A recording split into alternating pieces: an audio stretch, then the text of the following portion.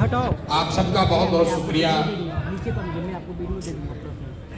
Side हटिए ना भाई। इस स्वागत के लिए जो आपने हमारे लिए अच्छी बातें कही, उसके लिए, हौसला अफजाई के लिए। सबसे पहले आप मेरा परिचय जानिए। मेरा नाम प्रशांत किशोर है। हम वही प्रशांत किशोर हैं जिसने 2014 में नरेंद्र मोदी का अभियान इस देश में चलाया है।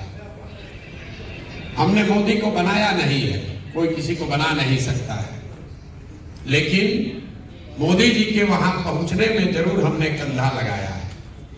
उस नजरिए से अगर आप भाजपा के विचारधारा के विरोधी हैं या मुसलमान होने के नाते आप ऐसा समझते हैं कि जिस शख्स ने नरेंद्र मोदी की मदद की है उसके साथ कैसे चले, उस पर भरोसा कैसे करें, तो ये बिल्कुल आपकी वाजिब वजह है। आपको हमारे साथ नहीं चलना चाहिए, हम पर भरोसा नहीं करना चाहिए।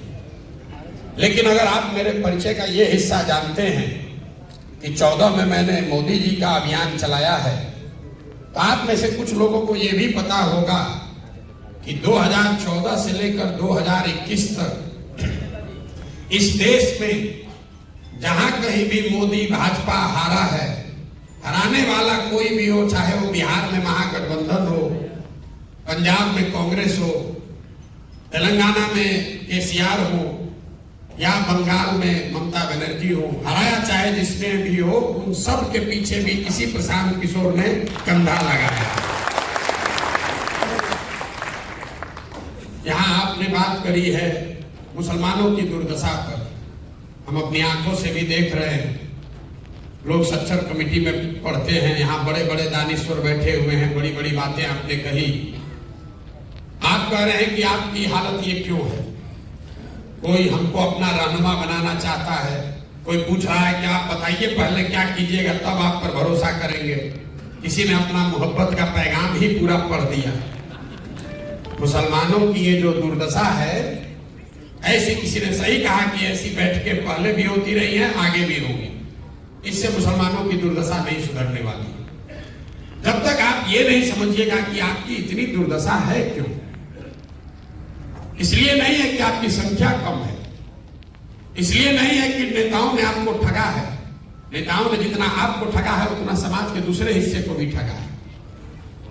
आपकी दुर्दशा इसलिए है कि आपके कौम के सबसे बड़े रहनुमा पैगंबर साहब ने कहा कि जिस कौम को अपने रहनुमाओं की समझ ना हो उसके ऊपर जालिम हुक्मरानों को मुसल्लत कर दिया जाता है। आप वो कौम हैं, आप वो कौम हैं जिसको अपने रहनुमाओं की समझ ही नहीं है, वो समझ बनी ही नहीं। आप वो कौम हैं जिसकी शुरुआत का पहला शब्द ही है इकरा, पढ़ो, और उस कौम ने अपने बच्चों की पढ़ाई को ही छोड़ दिया। मेरे भाई, आपको प्रशांत किशोर से सीखने समझने की जरूरत नहीं है। ना हम आपके रहनुमा हैं, ना होने का दावा करते हैं। आपको अपने कौम में जो बातें बताई गई हैं सामाजिक, राजनीतिक, सियासी नजरिए से, अगर आप उसको स्वीकार कर लें, उसी से आपकी बदहाली दूर हो जाएगी। जब मैं कह रहा हूं कि आपको अपने रहनुमाओं की समझ नहीं है, ज्यादातर लोग यहां कहेंगे भैया विकल्प नहीं है। हम आपको उदाहरण देके बिहार के नजरिए से बताएंगे कि आपको कैसे रहनुमाओं की समझ नहीं है। आज जितने भी मुसलमानों से आप बात कीजिए, वो कहता है भैया हम लोग के पास विकल्प नहीं है। 2014 में आपके पास विकल्प आया था। आज जो यहाँ के सदर हैं, हम उनके विरोध में खड़े हैं, वो भाजपा के साथ हैं, लेकिन नीतीश कुमार 14 में उन्होंने आपके साथ कोई दगा नहीं किया था। यहाँ जितने शख्स बैठे हुए हैं, आप ये बात मानिएगा कि 2005 से लेकर 2014 तक नीतीश कुमार ने मुसलमानों के साथ कुछ गलत नहीं किया।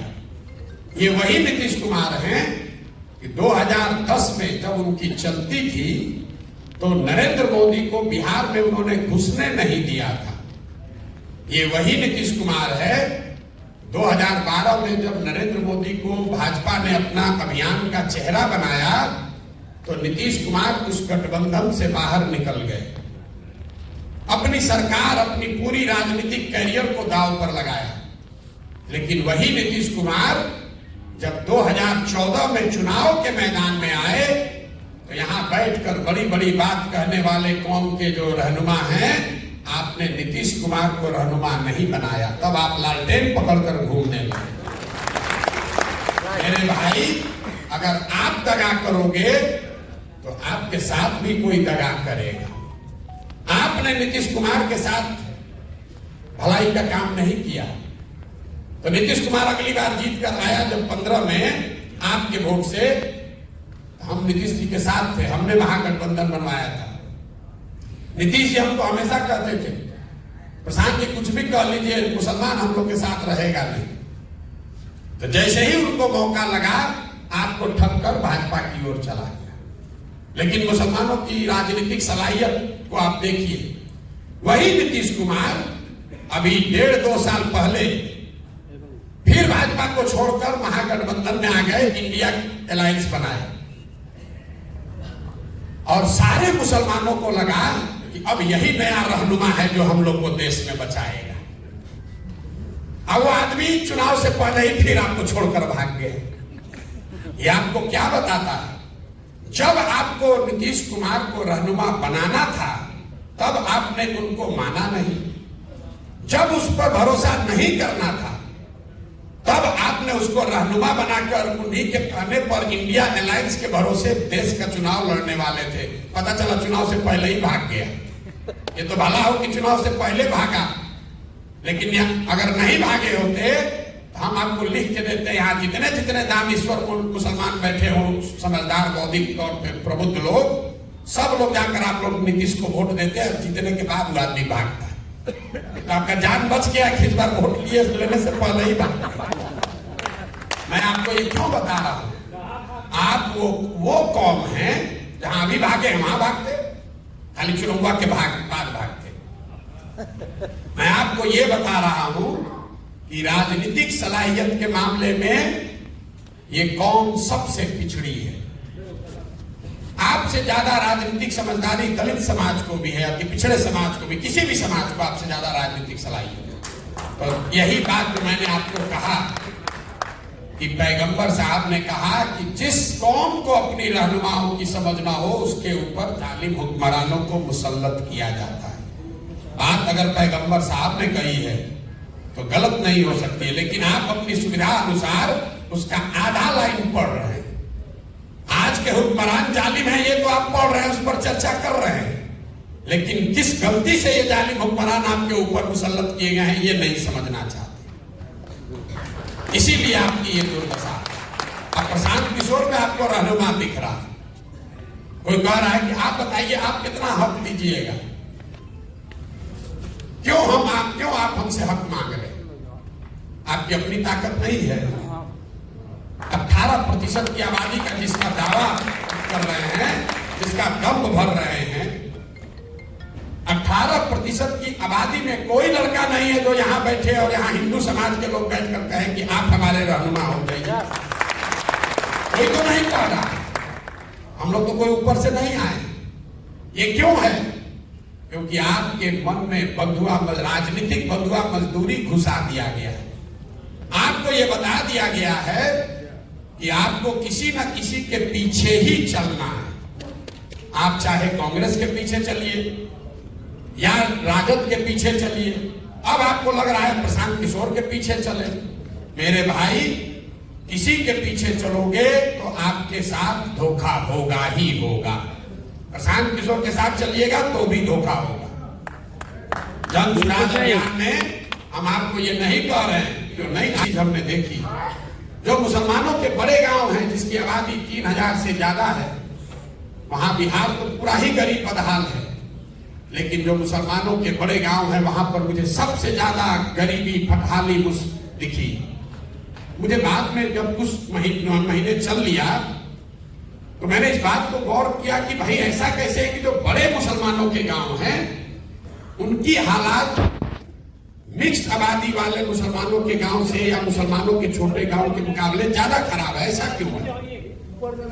ऐसा इसलिए है, जब हमने उसका अध्ययन कराया तो ये पाया कि जो मुसलमानों के 3000 से ज्यादा आबादी वाले गांव हैं, उनको सियासी तौर पर, राजनीतिक तौर पर चिन्हित कर लिया गया है।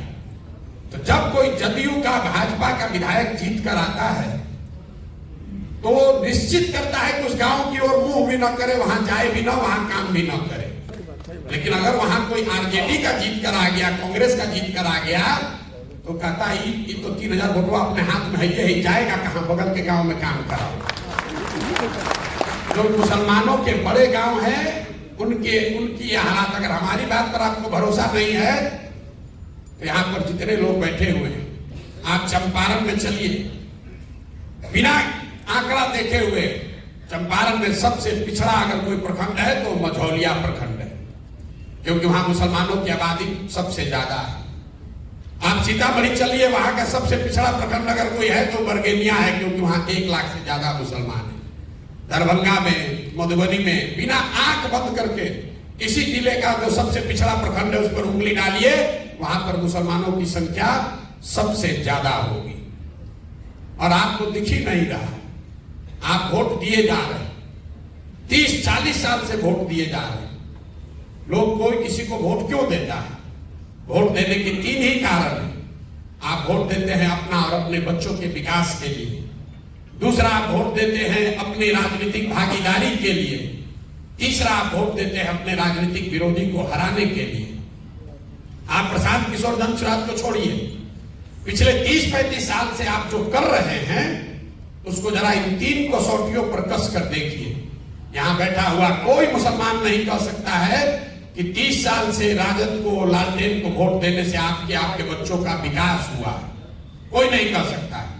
अभी एक एमएलए साहब ने कहा लालू जी के राज में आवाज मिली, बिल्कुल मिली। वो सिर्फ मुसलमानों को नहीं मिली, जितने सामाजिक तौर पर गरीब और पिछड़ा है सबको मिला। उसके लिए लालू जी का सम्मान होना चाहिए। हम रोज मन से कहते हैं मुसलमानों के भी गांव में, हिंदुओं के भी गांव में, लेकिन लालू जी ने जिन वर्गों को आवाज दी उनके बच्चों को पढ़ाई की व्यवस्था नहीं कराई।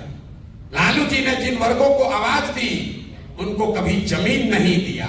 यहां बिहार में भूमि सुधार नहीं लागू किया। लालू जी ने जिनको आवाज दी उनको पैसा पूंजी का व्यवस्था नहीं कराया। नतीजा क्या हुआ? आप भीड़ में लालू जी की आवाज बन के रह गए, आपके बच्चों को पढ़ाई रोजगार नहीं हुआ। तो जो काम उन्होंने किया है उसके लिए सम्मान होना चाहिए, लेकिन जो काम नहीं किया उसका भी विवेचना होना चाहिए। आप 30 बरस से लालू जी को वोट देते हैं, आंख बंद करके देते हैं, आप कुछ भी दावा कर ले, सब जानता है। आपको विकास नहीं मिला। मुसलमान कहता है भैया इससे कोई बात नहीं, चलिए कम से कम लगता है कि हम लोग का अपना दल है, भागीदारी हमको है। आप अपने भागीदारी का आलम देखिए। बिहार में जनसंख्या के हिसाब से आपके 40 एमएलए होने चाहिए, हैं 19। ये कोई चिंता का कारण नहीं है मेरी नजर से। ज्यादातर लोग कहेगा भैया हम लोग को टिकट नहीं मिलता इसलिए हम लोग का विधायक कम है। ज्यादातर लोग उसी नजरिए से इस बात का विवेचना करते हैं। मेरे लिए चिंता का कारण नहीं है कि एमएलए 19 है। चिंता का कारण यह है कि आबादी के हिसाब से आपके 1650 मुखिया होने चाहिए। बिहार में 1200 से कम मुखिया मुसलमान है। आबादी के हिसाब से 27,500 आपका वार्ड सदस्य होना चाहिए। बिहार में 11,000 से कम वार्ड सदस्य मुसलमान है। उसके लिए आपको किसी लालू यादव की, प्रशांत किशोर की जरूरत नहीं है। मुखिया का चुनाव लड़ने के लिए, वार्ड सदस्य का चुनाव लड़ने के लिए किसी दल की जरूरत नहीं है। ये क्या दिखाता है? ये दिखाता है कि आपके मन में वो राजनीतिक जो बंधुआ मजदूरी, आपका आत्मविश्वास खींच लिया गया है। आपके और आपके समाज से बच्चे जो हैं वो राजनीति में आ ही नहीं रहे। तो जब आप राजनीति में आ ही नहीं रहे हैं तो आपके हक की चिंता होगी कैसे? जब आपके बच्चे वार्ड सदस्य नहीं बन रहे हैं, आपके बच्चे मुखिया नहीं बन रहे हैं, जिला पार्षद प्रमुख नहीं बन रहे हैं, तो एक दिन में राज्यसभा में एमपी और मुख्यमंत्री कैसे बन जाएगा? समाज ने उसकी चिंता नहीं की है। आप वो कौम हैं जो मदरसे चलाते हैं, यतीम खाने चलाते हैं, लेकिन यहां जितने लोग बैठे हुए हैं आप मुझे बताइए, कोई मुसलमानों की ऐसी संस्था, कोई ऐसा प्रयास जहां आप अपने बच्चों को राजनीति सिखाते हैं। आपका मुकाबला है आरएसएस से, संघ से, जो हर दिन देश में 1 लाख से ज्यादा शाखा लगाता है। बच्चों को अभी से सिखा रहा है, उनकी विचारधारा सही हो या गलत, अपनी विचारधारा को बताने के लिए वो देश भर में 1 लाख शाखा लगा रहे हैं। और आप क्या कर रहे हैं? आप बैठ के इंतजार कर रहे हैं कि कोई गठबंधन आए, कोई रहनुमा आए तो हम लोग का ताड़ दें। कैसे होगा रे भाई? आपके कौम में यह लिखा गया है कि बिना जद्दोजहद के जीवन में कुछ हासिल नहीं होता। सलाहियत के लिए, इल्म के लिए, लोगों ने मुझे कहा कि उस जमाने में पैगंबर साहब ने कहा कि अगर चीन जाना है तो चीन भी जाओ। और आज तो आप अपने घर से निकलकर जद्दोजहद करने को नहीं तैयार। आप सोच रहे हैं कि कोई तेजस्वी, कोई प्रशांत किशोर, कोई राहुल गांधी हमारा कौम को उतार दे, हमको आगे बढ़ा दे। कैसे संभव है? नहीं संभव है। अब आप कहिएगा कि भैया हमारी तो संख्या नहीं है, हमारी संख्या नहीं है, हम कैसे चुनाव जीतेंगे? धर्मसुराज वही आपको फॉर्मूला देगा। हम आपको यहाँ फॉर्मूला बताते हैं, रोज कैमरे पर भी कहते हैं। आपको लग रहा है कि किसके साथ गठजोड़ बनाए, कौन सा राजनीतिक समीकरण बनाए कि हम चुनाव जीतेंगे? कि भैया हम लोग खड़े हो जाए तो किसके साथ चलेंगे हम लोग चुनाव जीतेंगे? हम आपको उसका फॉर्मूला बता रहे हैं। आपको यह बताया जाता है कि अब कोई हिंदू बचा ही नहीं है जो भाजपाई नहीं है, सब हिंदू भाजपाई हो गया। MY समीकरण किसी शख्स ने बताया, MY समीकरण है, लेकिन उसका ऑर्डर बदल गया, YM हो गया। जहां Y खड़ा होता है वहां पूरी मुस्तैदी और ईमानदारी से आप वोट देते हैं। जैसे ही M खड़ा हुआ, आधे से ज्यादा Y समाज के लोग आपको वोट देंगे। गाली मत बजाइए, सुन लीजिए पूरी बात। बहुत लोगों को लगेगा कि हम यादवों के खिलाफ बोल रहे हैं ना। ये समीकरण अगर आप ब्राह्मण के साथ बना लीजिए, दलित के साथ बनाइए, अति पिछड़े के साथ, कुशवाहा के साथ, जिसके साथ भी बनाइएगा, सबके साथ यही होगा। क्यों होगा उसको समझिए। ऐसा नहीं है कि यादव समाज के लोग आपको धोखा दे रहे हैं, ये आपका भ्रम है। भाजपा को पूरे देश में 36 से 37% वोट मिलता है। इस बात को ध्यान से समझिए।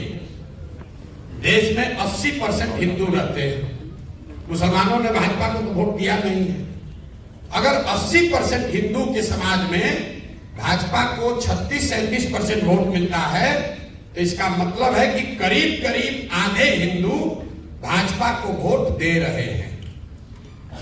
आधा हिंदू भाजपा को वोट दे रहा है। 80 में आधा देगा तो 40% हुआ, उससे थोड़ा कम ही, चूंकि भाजपा पूरे देश के हर सीट में नहीं लड़ती है, तो जिन सीटों पे वो लड़ते हैं वहां आधा हिंदू उनको वोट देता है।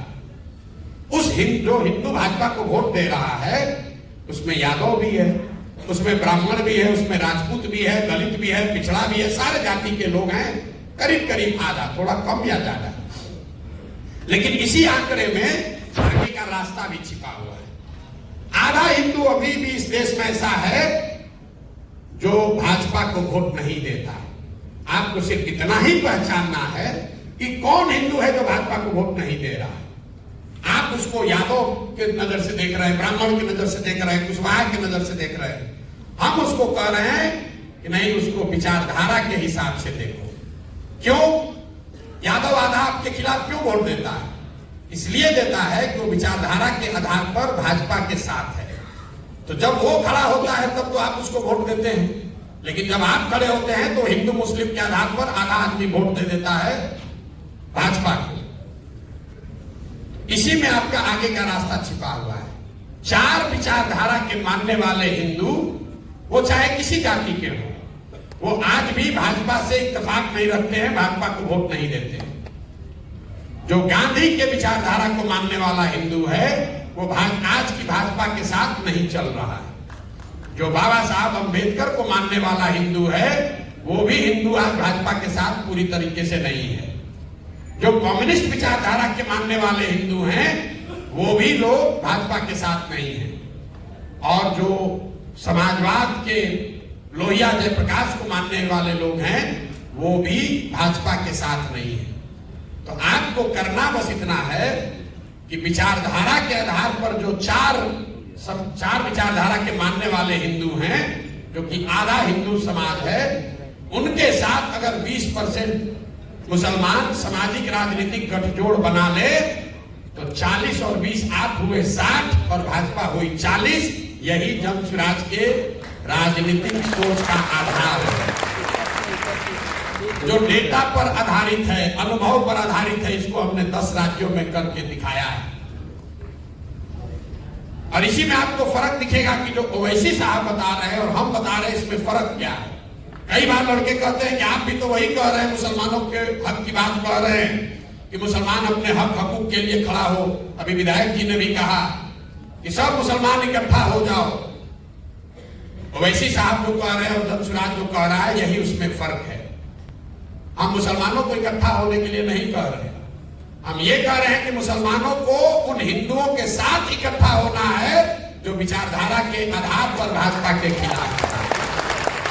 अगर सिर्फ मुसलमानों को इकट्ठा कीजिएगा जो ओवैसी साहब बता रहे हैं, तो यही बात तो भाजपा चाहती है कि आप सिर्फ 20% इकट्ठा हो जाइए ताकि बाकी का 80 एक साथ हो जाए। तो फार्मूला यहां है।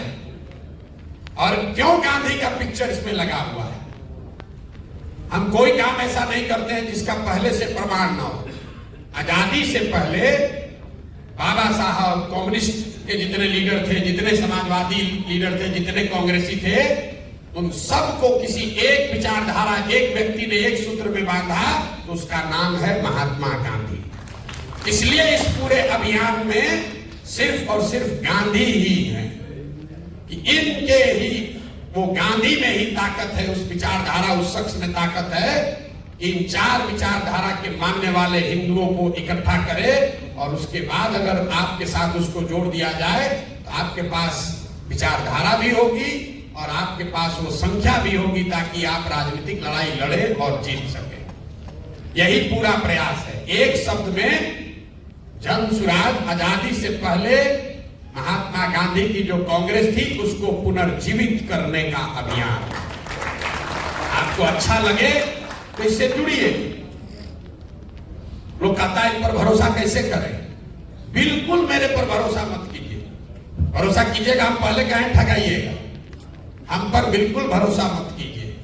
भरोसा आपको अपने आप पर करना है, हम पर भरोसा नहीं करना। हमने कहा, किसी ने भी कहा भागीदारी की बात, तो आपके नजरिए से नहीं कहा, मुसलमानों के नजरिए से नहीं कहा। जन स्वराज का जो संविधान बन रहा है उसमें इस बात को लिखा जा रहा है कि जिसकी जितनी संख्या है उसको उसके हिसाब से भागीदारी, हिस्सेदारी दी जाए। टिकट में नहीं, खाली दल बनाने वालों में, दल को चलाने वालों में, दल के जो नेता होंगे वो भी, और दल से जो टिकट पाएंगे वो भी, जो दल से मनोनीत सदस्य होंगे उसमें भी। सिर्फ मुसलमानों के लिए नहीं, सिर्फ मुसलमानों के लिए बात नहीं कह रहे। जो 5 बड़े सामाजिक वर्ग हैं, मुसलमान हैं, सामान्य कैटेगरी के लोग हैं, ओबीसी वर्ग है, ईबीसी वर्ग है और दलित, 5 बड़े समूह हैं। तो ये तय किया गया कि इनको बराबर की हिस्सेदारी दी जाए। तो जन स्वराज का जो मुखिया बनेगा, पहले घोषित है कि प्रशांत किशोर उसके नेता नहीं हो सकते। हम ना उसमें कभी आज नेता है ना आगे नेता होंगे, लेकिन जो मुखिया इसका बनेगा इसी 5 वर्ग में से एक बार एक आदमी कोई बनेगा। अगर एक बार दलित समाज का नेता बना तो अगली बार जो बाकी के 4 बच गए उनमें से बनेगा। तो 5 बार में एक टर्म मुसलमानों का भी होगा। ना आपको आपकी आबादी से ज्यादा, ना आपको आपकी आबादी से कम। यहां बिहार में करीब करीब 65 विधानसभा ऐसी है जहां 50,000 से ज्यादा मुसलमान हैं और वहां ज्यादातर 2/3 से ज्यादा उन सीटों पर हिंदू विधायक जीत कर आए हुए। वो क्यों आए हुए? कोई हम आकर थोड़े ना आपका वोट काट लिए। ऐसा नहीं है कि हम आपका वोट काट लिए। मैं आपको उदाहरण के तौर पे बताता हूं। यहाँ कोई मधुबनी का कोई बैठा होगा, मधुबनी शहरी क्षेत्र में कितने मुसलमानों का वोट है? 1,10,000। वहां पर वैश्य समाज के 9,000 लोग रहते हैं। आरजेडी ने वैश्य समाज के किसी व्यक्ति को वहां टिकट दिया, वैश्यों में कम से कम 50% लोगों ने तो हिंदू होने के नाम पर भाजपा को वोट दिया ही होगा। वहां पर आप कहिए हमारे पास विकल्प नहीं था। मधुबनी में अब्दुल्ला साहब हैं जो अभी डिप्टी मेयर है ना, अमरुल्ला साहब जो वहां पर डिप्टी मेयर है, वो चुनाव में खड़े हुए इंडिपेंडेंट कैंडिडेट के तौर पर, और 1,10,000 मुसलमानों की आबादी वाले मधुबनी में उनको 8,000 या 9,000 वोट आया। अब आप बताइए कि जब आप अपने हक के लिए नहीं खड़े हो रहे तो कौन आपको हक ला कर दे देगा? वहां पर तो सिर्फ अपने ही बल पर आप जिता कर ला। ढाका में 60% मुसलमान है, वहां पर जीत कर कौन आए हैं? पवन जायसवाल वहां पर विधायक है। परिहार में, सुरसक में हम आपको 100 ऐसा एग्जाम्पल गिना देंगे। आप हम पर भरोसा मत कीजिए, आप अपने आप पर भरोसा कीजिए। आपके समाज से जो लोग आकर लड़ रहे हैं, जन स्वराज के बैनर से लड़ रहे हैं, उनकी मदद कीजिए। हम आपकी आबादी के हिसाब से जन स्वराज तो लड़ाएगा ही लड़ाएगा मुसलमानों को, उसमें कहीं कोई आपको पैरवी की जरूरत नहीं है, इस मजलिस की जरूरत नहीं है। आप वोट दीजिए चाहे मत दीजिए, और ये आप ही के लिए नहीं है। आप तो शायद हमको दे ना दे, बहुत लोग आके हमको कहता है भैया यादव तो वोट नहीं देगा। हम आपको मन से कह रहे हैं, अगर 15% यादव है तो 15% मुसलमान जन स्वराज में यादव समाज के लोग भी लड़ेंगे। हम उसमें कोई गलती नहीं करेंगे। हमने ये भी कहा, अब आपको आगे बढ़ के कहते हैं, अगर आपको लगता है कि आरजेडी आपका रहनुमा है, एक बार उनको ये कह दीजिए, जहां पर भी आपके मुसलमान विधायक हैं अभी आरजेडी से, हम जन स्वराज वहां से मुसलमान नहीं लड़ाएगा, ले लो, ये भी लिख के ले लो। हम आपका वोट नहीं बांटना चाहते हो, दे के दिखाएं जरा। आपको बात समझ में नहीं आई? हमने ये कहा कि हम तो 40 देंगे ही देंगे, 18% के हिसाब से 45। इसके अलावा अगर कहीं आपका विधायक है, आरजेडी रिपीट करती है, तो हम खुले मन से दावा कर रहे हैं, हम मुसलमान नहीं लड़ाएंगे। आप इनको दम नहीं है, अरे ये इनको दम नहीं है।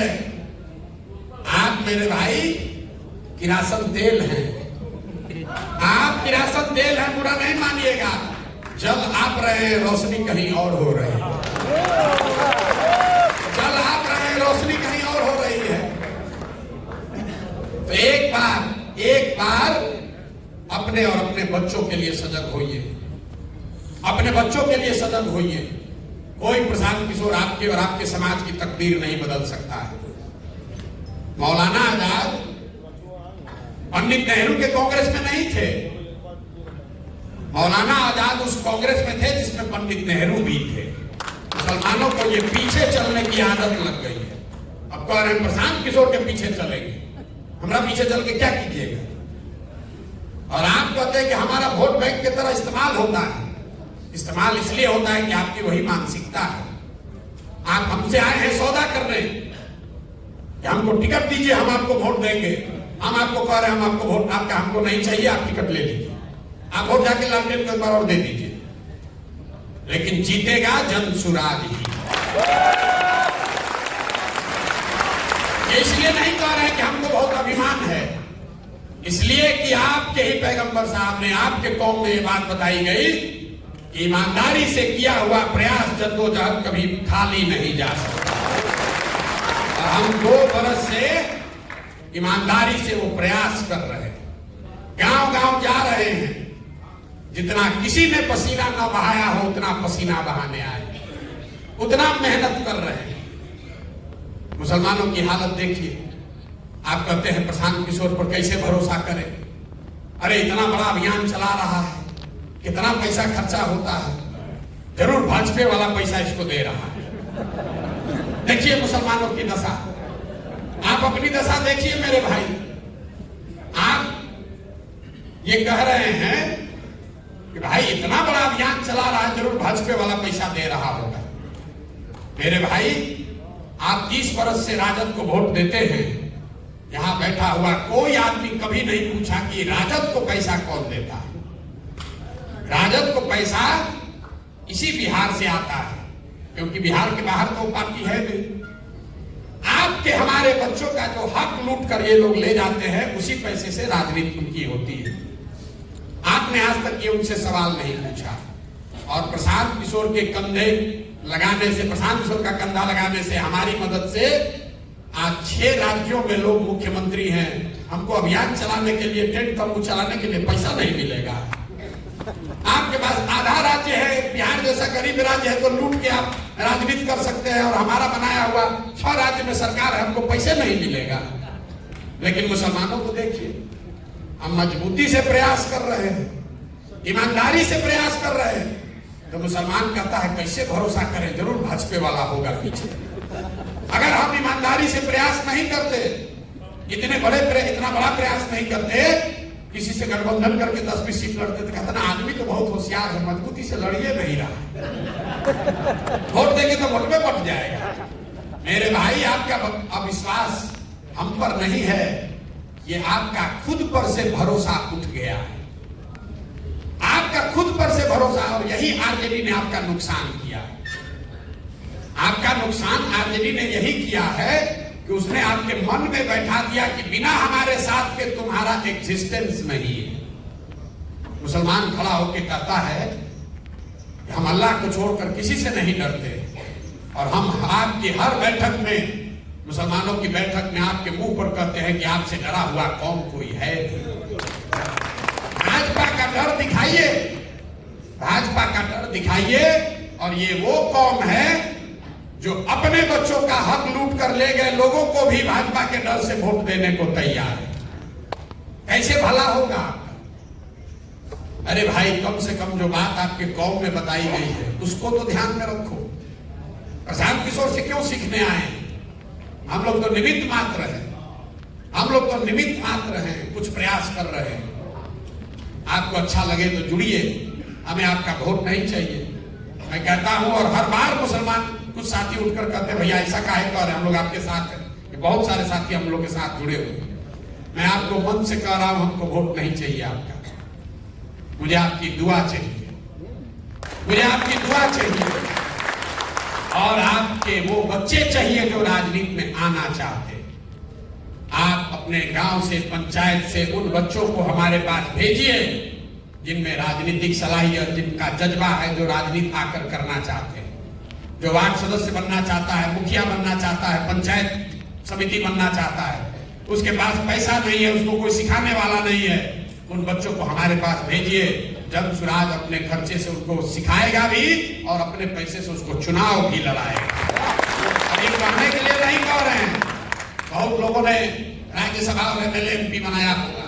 अफाक साहब यहाँ बैठे हुए हैं, पूछ लीजिए कि इन्होंने अगर 1 रुपया भी कहीं खर्च किया हो, या मैंने कभी इनसे बात किया हो कि भाई एमएलसी बन गए हो तो 1 किलो मिठाई भी लेके आना हमारे पास।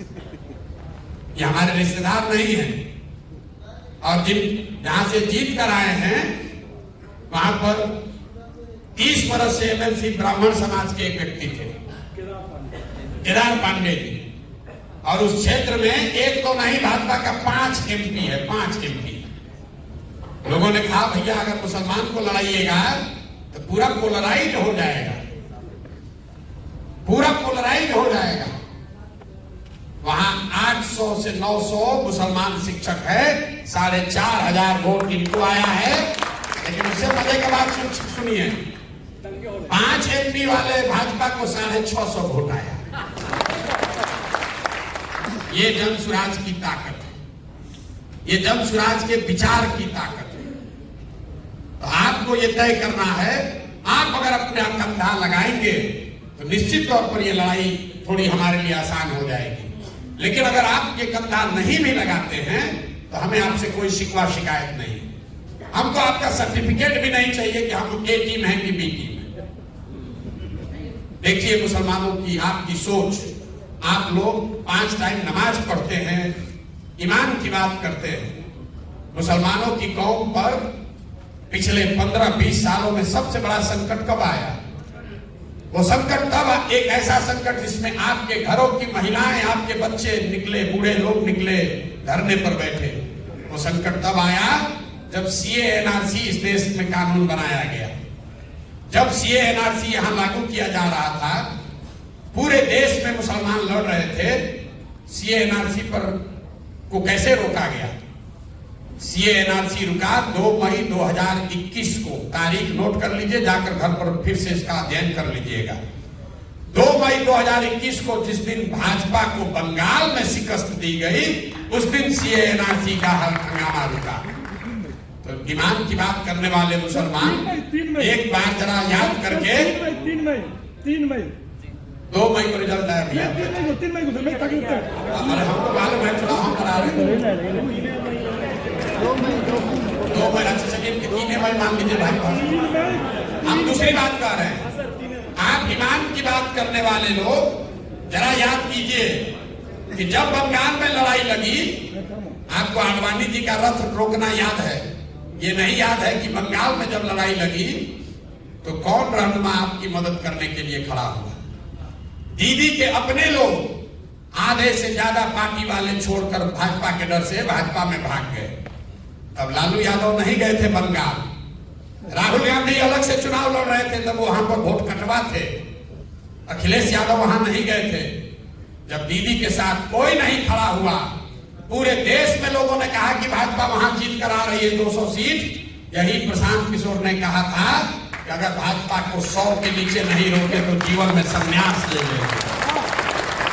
बोले नहीं, 2 बरस वहां, जैसे यहां गांव गांव घूम रहे हैं, 2 बरस खून पसीना लगाकर वहां मेहनत किया। और जिस भाजपा को लग रहा था कि बंगाल स्वीप कर देगी, वहां पर उनको हमने 77 पर रोका। तो हम हो गए भाजपा के बी टीम, और आप घर में बैठ के कमेंट्री कर रहे थे, तो आप दीजिएगा हमको सर्टिफिकेट। हमको ना चाहिए रे भाई, हमको आपसे सर्टिफिकेट नहीं चाहिए। जब हम लोग गांव में चलते हैं, मुस्लिम महिलाएं मिली कई जगह, लोग कहते हैं भैया देखते हैं नहीं सड़क कितना खराब है, अगर प्रसव की पीड़ा हो जाए तो अस्पताल पहुंचने में आधा जान निकल जाता है। नाली गली की हालत आप किसी भी बड़े मुसलमान गांव में जाकर देख लीजिए, क्या दुर्दशा है। अस्पताल स्कूल की तो बात ही मत कीजिए। जब बहुत लोगों से सुन लेते हैं तो मैं उनसे पूछता हूं कि अभी 1.5 बरस तक सड़क के मंत्री कौन थे? तेजस्वी यादव। नाली गली ग्रामीण कार्य मंत्री कौन थे? तेजस्वी यादव। अस्पताल का मंत्री कौन था? तेजस्वी यादव।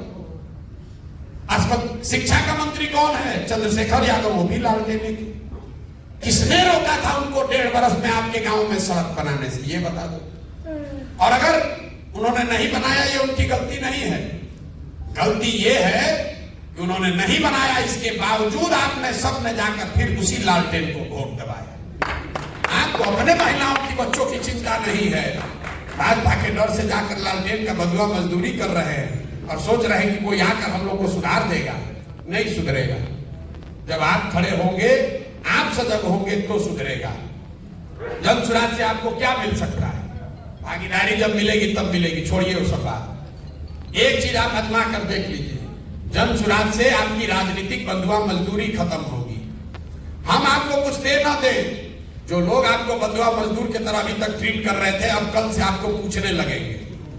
अगर हमारी बात पर भरोसा नहीं है, यहां पर अभी जाने से पहले एक हमारे साथ सेल्फी ले लीजिएगा और उसको खाली फेसबुक पर डाल दीजिए। और आरजेडी का ब्लॉक से लेके और जिला तक फोन करेगा, अरे काहे नाराज है भाई, काहे गए थे धनसुराज, कि प्रसाद किशोर से काहे मिलने गए थे? और कुछ हो चाहे नहीं, जब व्यवस्था बनेगी, जब चुनाव जीतेंगे, आपके लिए करेंगे नहीं करेंगे तो भविष्य की बात है। जब सुराज आपकी वो राजनीतिक बंधुआ मजदूरी खत्म कर रहा है, क्योंकि कोई आपको अब ये नहीं कह सकता है कि हमको नहीं दोगे तो जाओगे कहां। मुसलमान खड़ा होकर कह सकता है कि हमारा काम करो, नहीं करोगे तो धनसुराज में चले जाएंगे। ये कहना तो शुरू करो भाई, आपका इसी से सबसे बड़ा फायदा होगा। आप वोट देते रहिए आरजेडी को, कोई दिक्कत नहीं है, लेकिन ये कहिए तो कि भाई न करोगे तो धनसुराज में चले जाएंगे। आप आधा कष्ट तो उसी से दूर हो जाएगा आपका। ये बात मान लीजिए, आपका आधा कष्ट न दूर हो जाए। जो विधायक आपको 2 बरस से फोन नहीं किया होगा, आज के बैठक के बाद आपको फोन करेगा, लिख करेगा ही करेगा। काहे भाई, काहे नाराज हो? जो लोग हमसे जुड़े हैं सबके पास फोन आता है कि नहीं आता है? जो लोग जुड़े हैं बताइए। वो जो चिट्ठी निकला है आरजेडी का, वही किरासन तेल जो लीक होना शुरू हुआ है लालटेन से, उसी की घबराहट है।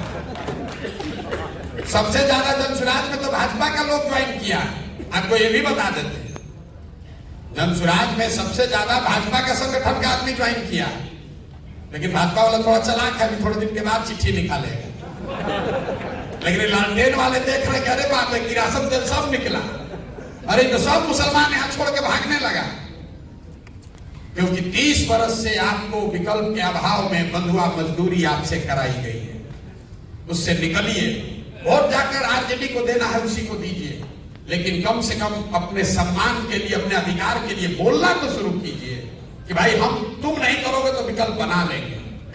आप देखिएगा उसी से आपका बहुत फायदा होगा। उससे जीवन नहीं बदलेगा, लेकिन कुछ न कुछ सुधार आपको दिखने लगेगा। यही बात आपको बताने आए हैं। ठीक लगे तो जुड़िए,